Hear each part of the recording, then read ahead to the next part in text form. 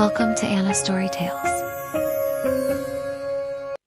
एक बेवा बहू जिसे आधी रात को और इसकी बेटी को तेज बारिश में घर से धक्के देकर निकाल दिया गया। इसे जंगल के अंधेरे में आखिर क्या मिला? एक ऐसी जादुई मशीन जिसने ना सिर्फ इसके दिन बदल दिए बल्कि इसके जालिम ससुराल वालों को ऐसी इबरतनाक सजा दी कि रूह कांप उठे। सीमा और इसकी जादुई सिलाई मशीन की ये मुकम्मल दास्तान आपका दिल जीत लेगी, इसलिए वीडियो को आखिर तक लाजमी देखें। एक बड़े से मुश्तरका खानदान घर में सीमा एक जिंदा लाश बन चुकी थी। शोहर की वफात के बाद इसके ससुराल वाले दरिंदे बन चुके थे। इसकी जेठानियां और देवरानियां सारा दिन मज़े से आराम करती और सीमा पे जुर्म ढाती थीं। एक सर्द सुबह जब सीमा बहुत ठंडे पानी से ढेरों बर्तन धो रही थी, इसकी देवरानी अपने मैले जूते लेकर आई और हकारत से बोली, सीमा जरा मेरे ये जूते पॉलिश कर दे। ये जूते पहनकर मैं अपने मैके जाऊंगी तो सब देखेंगे। सीमा बेबसी से बोली, मुझे अभी सबका नाश्ता भी बनाना है और कपड़े भी धोने हैं। इतनी देर में सीमा की सास आ गई और कड़क आवाज में बोली, ये सीमा ज़बान मत चला, इस घर में रहना है तो जूते भी चमकाने होंगे और बर्तन भी। जा अब जल्दी कर। सीमा रोती हुई जूते रगड़ने लगी। वो सारा दिन जानवरों की तरह काम करती और जब रात को सब सो जाते तो अपनी एक पुरानी सिलाई मशीन निकाल कर बैठ जाती। वो रातों को जागकर कपड़े सीती। सास इसकी कमाई पर झपटती। वो अक्सर वो चंद पैसे भी छीन लेती जो इसने अपनी बेटी गुड़िया के लिए बचाए होते। एक रात जुल्म की हद हो गई। सास और जेठानियों ने सीमा को बुरी तरह मारा पीटा। इसी बालों से घसीटकर आधी रात को बरसती बारिश में गुड़िया समेत घर से निकाल दिया। सीमा रोती हुई अपनी बेटी को सीने से लगाए एक घने और खौफनाक जंगल में जा पहुंची। वहां एक बहुत पुराने दरख्त के साए में बैठकर सीमा की हिचकियां बन गईं। गुड़िया भूख और डर से बिलक बिलक कर रो रही थी।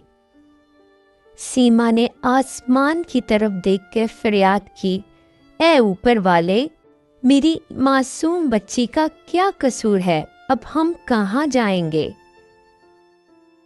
इसी वक्त जंगल में गुलाब की खुशबू फैली और एक खूबसूरत सफेद परी नमूदार हुई।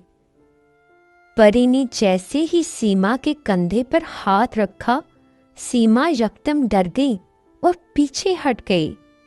सीमा बहुत खौफजदा हुई और बोली, कौन हो तुम? क्या तुम हमें मारने आई हो? परी ने नरमी से कहा, डरना कैसा सीमा, मैं तुम्हारे सब्र की गवाह हूं। देखो, तुम्हारी बेटी के आंसुओं ने मेरा अर्श हिला दिया है। सीमा रोते हुए बोली, परिजाद, हम बेघर हैं, मेरे पास अपनी बेटी को खिलाने के लिए कुछ नहीं। परी ने कहा, ये लो जादुई सिलाई मशीन, ये तुम्हारी तकदीर बदल देगी।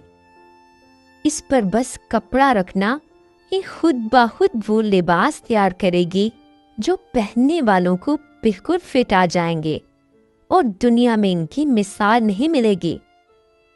सीमा ने अपना आखिरी सहारा, वो चांदी का कंगन बेचा जो इसने अपनी सास से छुपा कर रखा था और इससे कीमती कपड़ा खरीदा।